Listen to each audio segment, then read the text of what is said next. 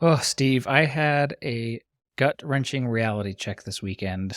Oh no, what happened? Yeah, I was at church, and to one side of me was sitting a friend of mine. I am 37 years old. He's in his mid-30s, a couple years younger than me.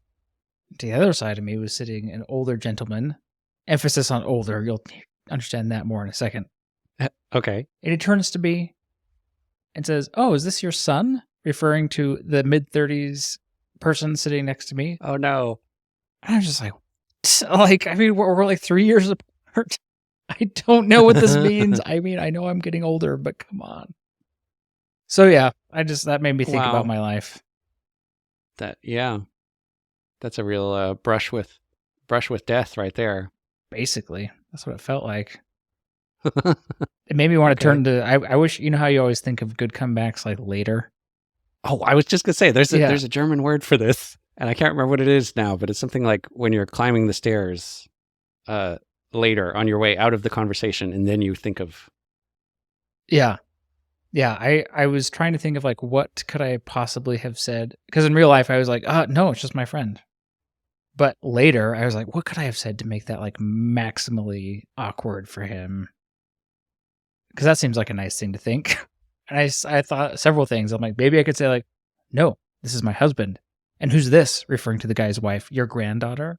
I don't know, just like something crazy to. Anyway, I didn't because A, I'm not witty, and B, I don't know.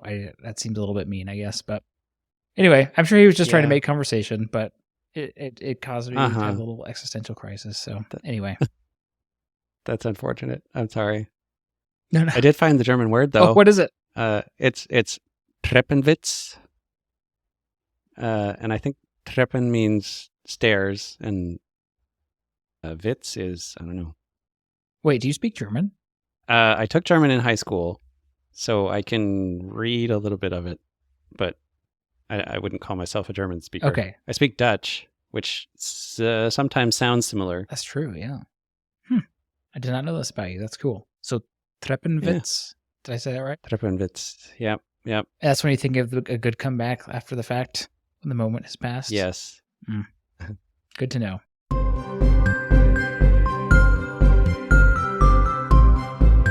Hello there, dear listener. I am Steve. And I'm Tyler. And this is It's Not About the Money, a podcast where we discuss a wide range of topics related to creating and running small businesses. Tyler and I are both small business owners like you, and this podcast is our attempt to make sense of the world one episode at a time. And in this episode, we're going to get a little bit meta, if you will.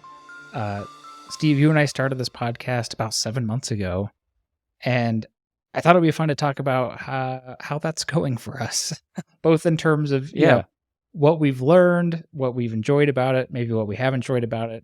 Like, how are our numbers doing? Numbers, it is at least plural, I'll tell you that.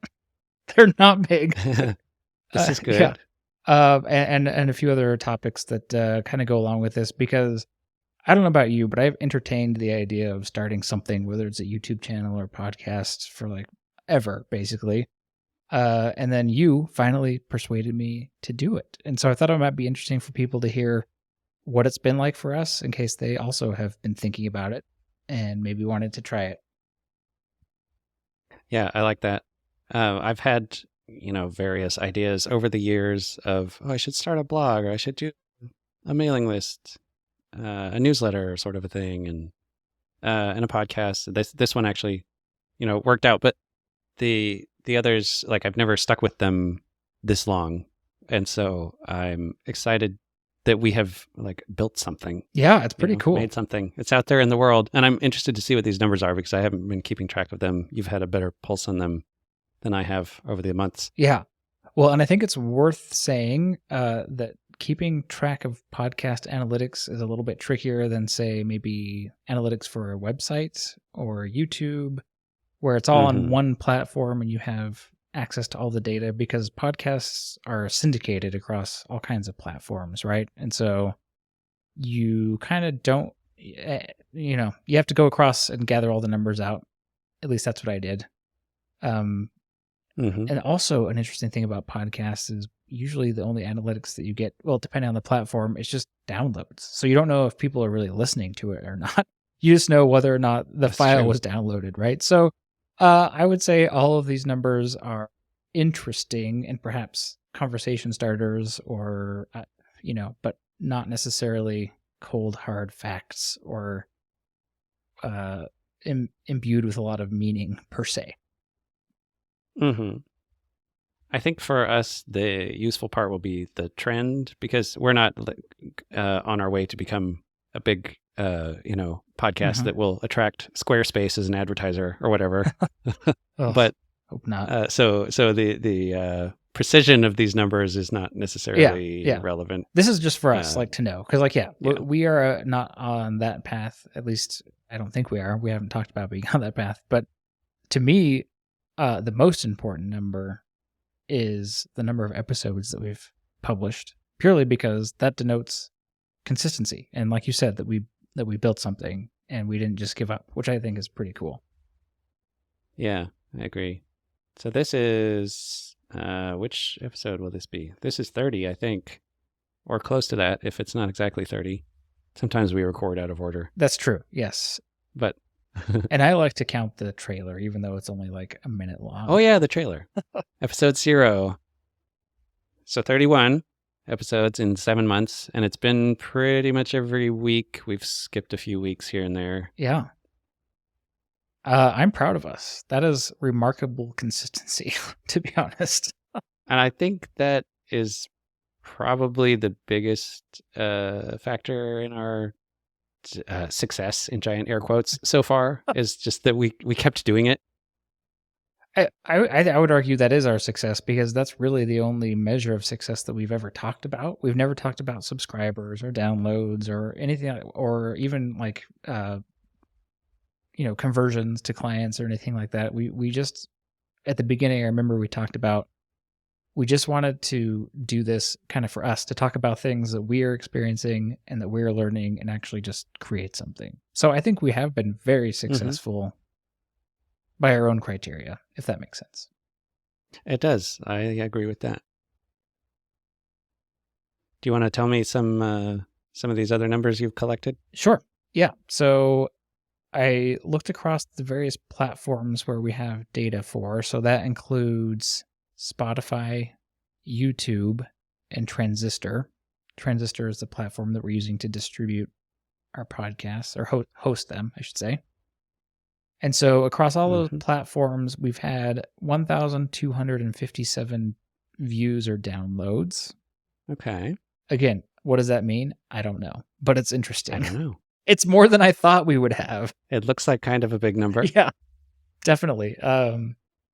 Okay, so there's that. And then another number that I tried to get, which is kind of tricky again, is I guess subscribers or followers. And the reason again that's tricky is because people can subscribe to podcasts all kinds of different ways. So this is kind of an estimate, but again, across all those different platforms, it looks like we've got about 32 people who are regularly downloading stuff. And by stuff, I mean episodes. Okay. That's a bigger number than I expected. Yeah, yeah. I mean, I know some of those for sure are friends and family. And I don't know who the rest are, which I think is a good thing. Because if we knew literally everybody was listening, then we really would not have, expanded our audience much. That's true. And interesting, I'm intrigued by the YouTube platform because really we don't put videos on YouTube. We just upload the audio part of our podcasts and put it on a podcast on YouTube. And that is where we've had the Hmm. most impressions. So the platforms that give us information about impressions are Spotify and YouTube. Spotify, I could only find impressions for like a 30-day period, which, they've given us 3,289 impressions over the last 30 days. And our total impressions on YouTube are 14,112.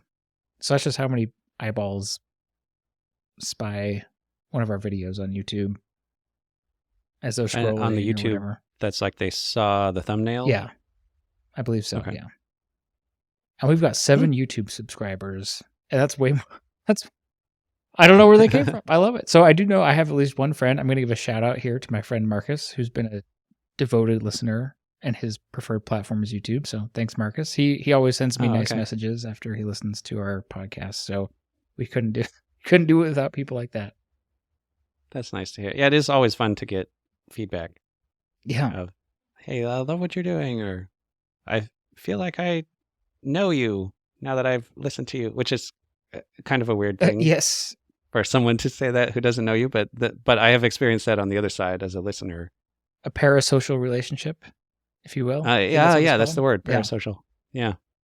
I also thought it was interesting to see which of our episodes have received the most attention, and it's different per platform. On YouTube, our top episode is called Bookkeeping, YNAB versus QuickBooks.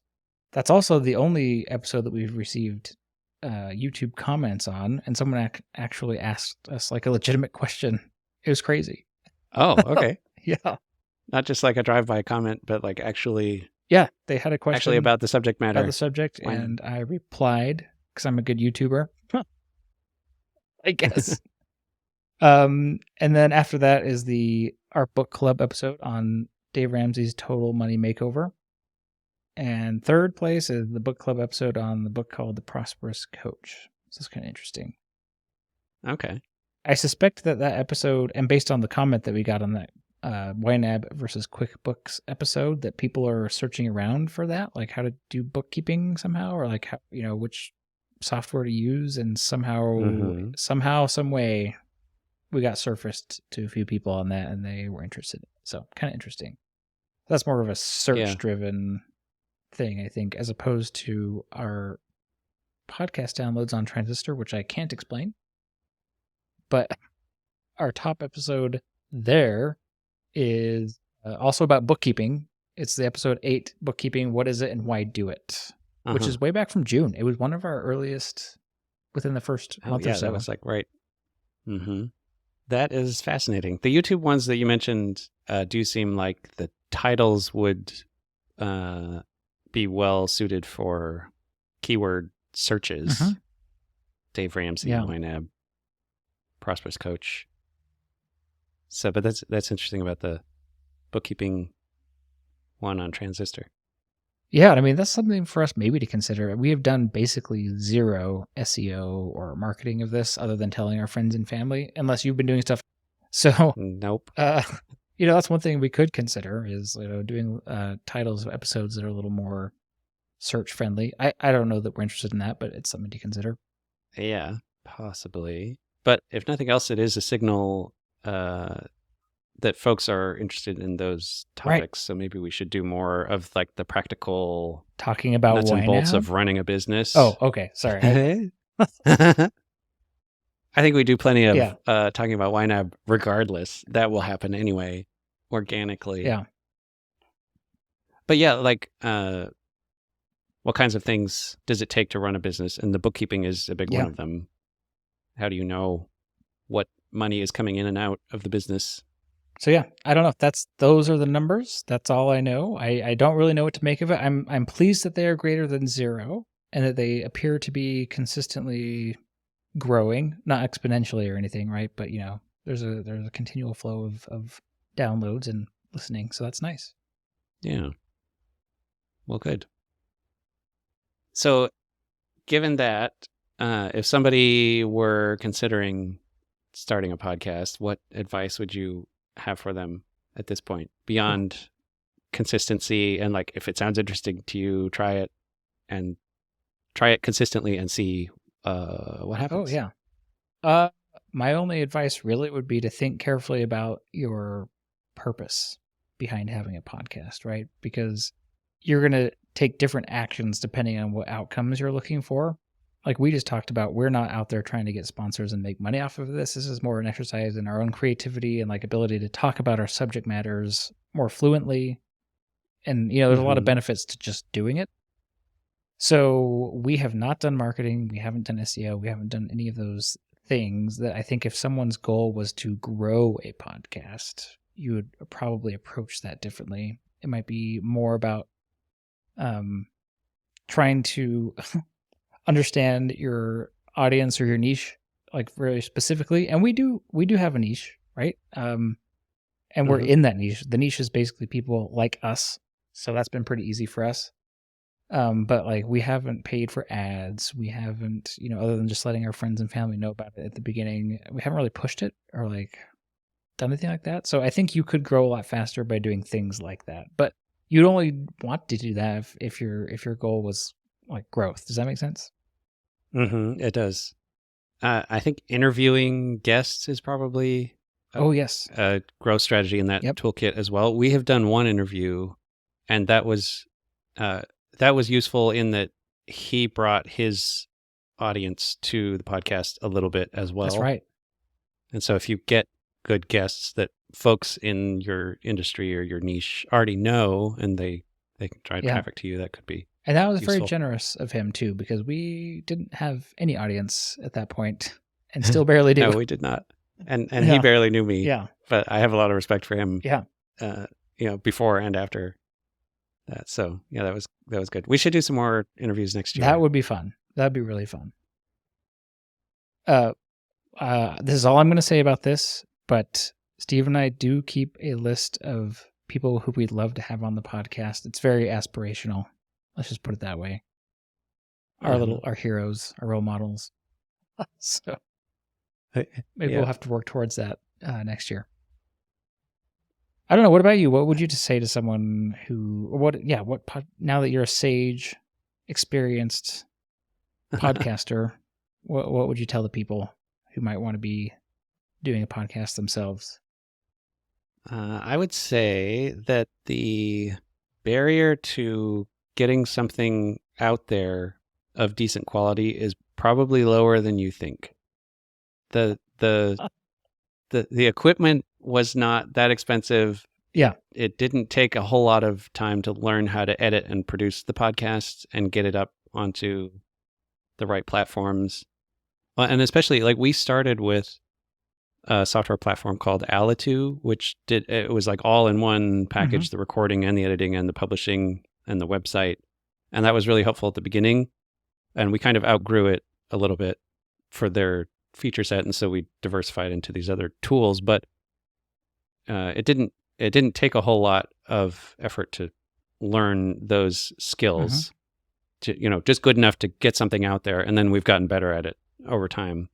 That's interesting. I would say what I hear and what you're saying is the hard part is actually starting to talk and record, not figuring out technically how to accomplish this. Because if you've got any kind of recording device, even your phone, honestly, you could record stuff on your phone, probably edit it on your phone, or like I know there's free audio editing software for computers and things. Like it's the hard part is just doing it, getting yourself to start talking, hit record. And as we've learned, maybe debatably, it'll be bad at first, or not super fluent, maybe depending on your public speaking. I don't know, but yeah, just go for it. That's interesting. Yeah, well, and that's another good point. That to get better at something, you have to do it, and the first ones that you do are necessarily going to be lower quality than once you are good at it.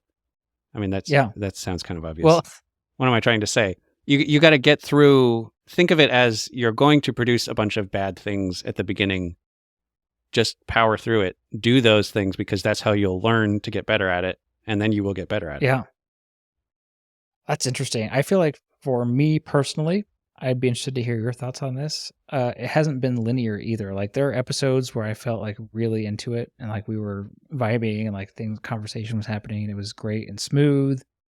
And other times where, it just was like, I don't know if we quite, had it, if that makes sense.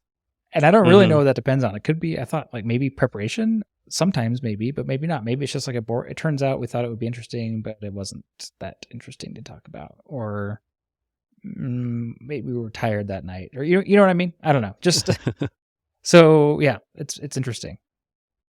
Yeah, I think the ones that have turned out really well, where I felt like the artifact that we produced is a good projection of our personality and our philosophy and our thoughts and ideas. The ones that turned out the best are where we had a good topic with enough material to discuss, but we weren't too rigid about Yeah.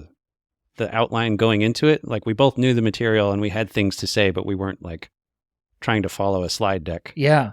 I think for our style of podcast, which is basically just conversation between two people, maybe that's why. Yeah, I think you're right. I feel the same way. Those have been the most fun to record for me. I feel like they've also produced the best outcomes, as opposed to where on some episodes I've tried to like put together an outline and make sure we cover this, make sure we cover that, and like there's nothing wrong with that. But and there are whole types of videos and podcasts that are like that, right? Like they're educational, more like teaching or like lessons than just a conversation. So, and those ones Mm-hmm. for me were not quite as natural. I don't think I have developed that ability as much as just shooting the breeze, as it were.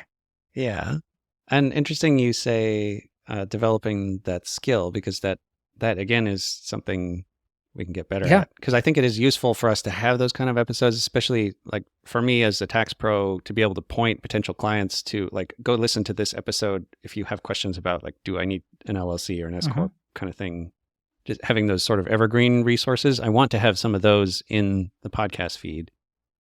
And Absolutely. so it's going to take some practice working on those to get good product out there. Yeah, I agree, and I'm excited. At some point in the future, we're planning on doing a little mini series, for example, on the YNAB method, and I'm excited for that because I think that's something that comes up a lot in my business with clients, Yeah. and yeah, I'm just looking forward to continuing to practice talking about that in ways that like connect with people, if that makes sense, and to help them understand. It And I does. think doing those episodes are going to be a great exercise in that for me.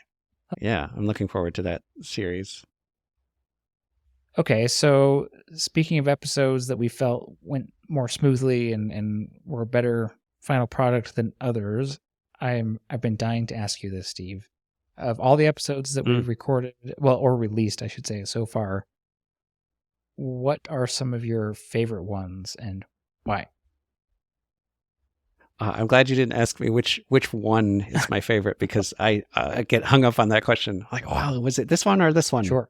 Analysis paralysis. Which ones? This is good. Okay, I have a few I could mention.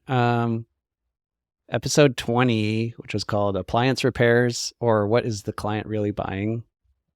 That one was fun. We talked about like me repairing all kinds of appliances around my house as a way to talk about when a client comes to hire you, what are they actually looking for? Are they looking for the thing?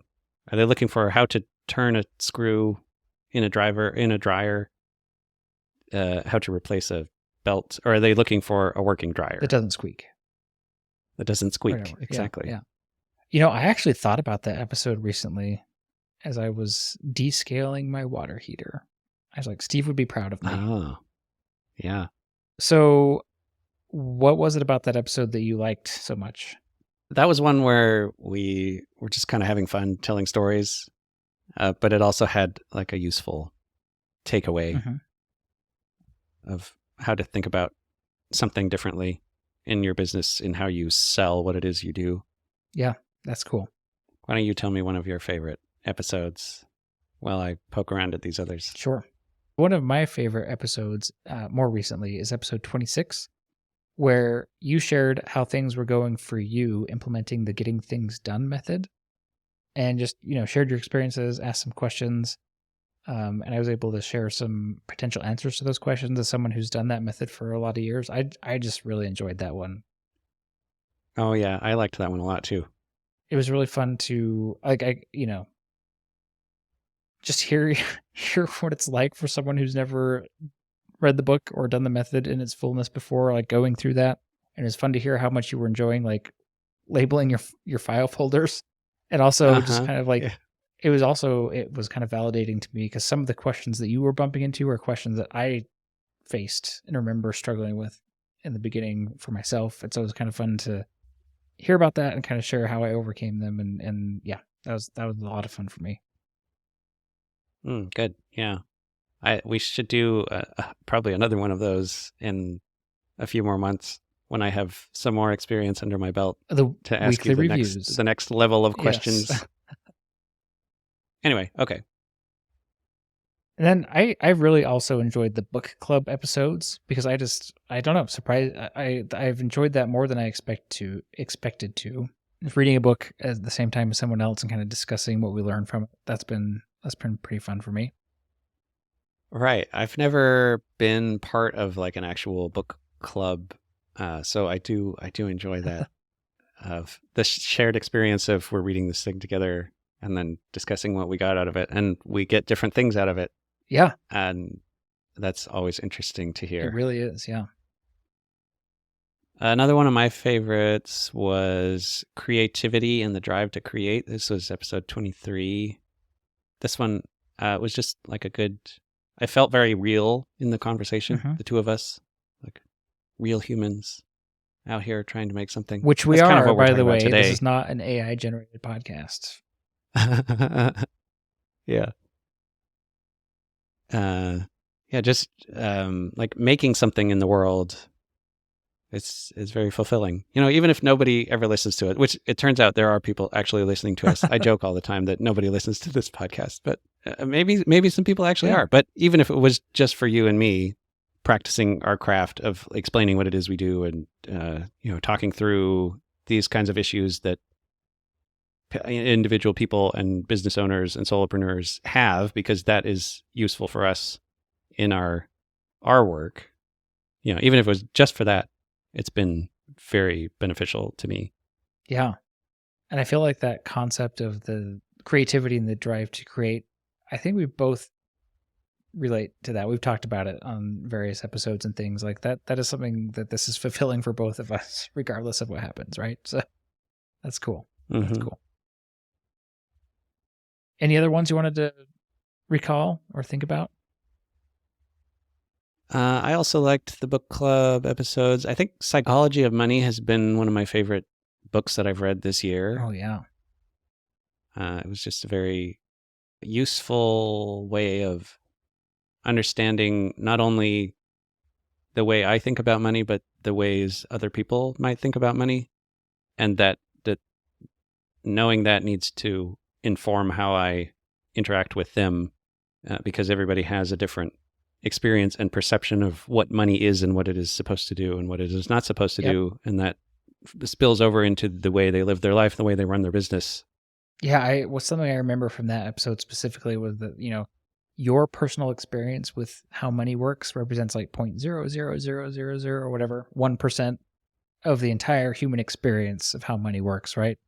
But it also Hmm. forms like probably over 80% of how you believe and think money works. So it's just another way of saying like, yeah, we all have our own individual experiences. It was a good reminder, right? That no one really Yeah. does anything. Well, maybe this is too generous. No one does things because they're stupid. That's not necessarily a true statement, but no one makes money decisions, without it making sense to them at the time that they make the decision. Yeah, Right. it's a good reminder of Yeah. that. So, well, cool. That's awesome. Yeah. A lot of favorite episodes. That's a good sign, I think. I think that's a good sign. I think so. There were just two. I know this is kind of getting to be a long part of the segment. I guess we like our episodes. What can I say? But there were two that I wanted to call out, not because I necessarily liked them, although I did, but because they actually like really impacted me and made me realize something or like think about things in a way I grappled with. You know what I mean? And one of those was to niche or not to niche, because that's been a Mm. huge struggle for me starting this business, is figuring out what is my niche, and should I spin my wheels trying to find that before I do anything else, or should I just move forward and maybe find it organically? Like that's just still a question that like I'm still grappling with. So that one was really impactful for me. And Hmm. then the one of our more recent episodes where we talked about our business finances for 2023, roughly a year into our businesses, or more, I guess, at this point. I just remember being overcome during that conversation, and I listened back to it, and I don't feel like it came across, which is fine because it was like internal. But I just remember being like, "Whoa, there's so much I don't know." And I think you had a phrase for it, like ignorance. What was it? The Orders of Orders of Ignorance. ignorance. That just resonated with me, and it was so cool to be like, "Wow, okay, so now I've got like a year or so. Yeah, now I've got some time under my belt, and I'm just starting to know what I don't know, just barely." That is really interesting. Anyway. That's another way of saying that the way you learn about something is doing it, because it feels like this fractal complexity of you. The more you learn about something, the more complexity you discover underneath it, and then as you dig down into each of those things, they become fractally complex as well. Like there's always something to learn as you go further and further down the levels and get more and more experience. Yep. That episode about the sort of the business financial retrospective felt very vulnerable, and I think it will be super interesting to listen back to in a year or 2 years or 5 years from now, to be like, oh, look how far we've come. Yeah, we'll see if I was, I was pretty confident about the fact that I was going to have revenue next year. So it'll be fun to see if that materializes. Does that? Yeah. Well, good. Hopefully these thoughts have been, helpful or interesting. If there's anyone out there who feels like we did, that the itch to create something, there's lots of ways to do it. Podcast is one of them. And now you know a little bit more about our experience doing it.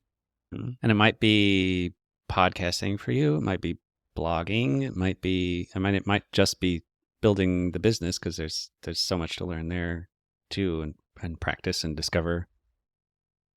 So, but whatever it is, like if you are having that drive, that itch, I say try it out. See what you can find. Yeah, the worst thing that could happen is nothing. So, Nothing. Well, what do you think? I think that's or you lose some money, which both of us have done so far. But that's true. The worst thing that could happen is that you lose some money, and that's our experience so far. But which is not nothing, but in the grand scheme of the vision that both of us have for our individual businesses, I think it will be well worth it. Yeah, it's an initial investment in something that should pay dividends in the future. So, well, good. I think that's a good place to leave it. All right. Thanks for tuning in. You can email us hello@notaboutmoney.com, and we'll see you again in another episode of It's Not About the Money.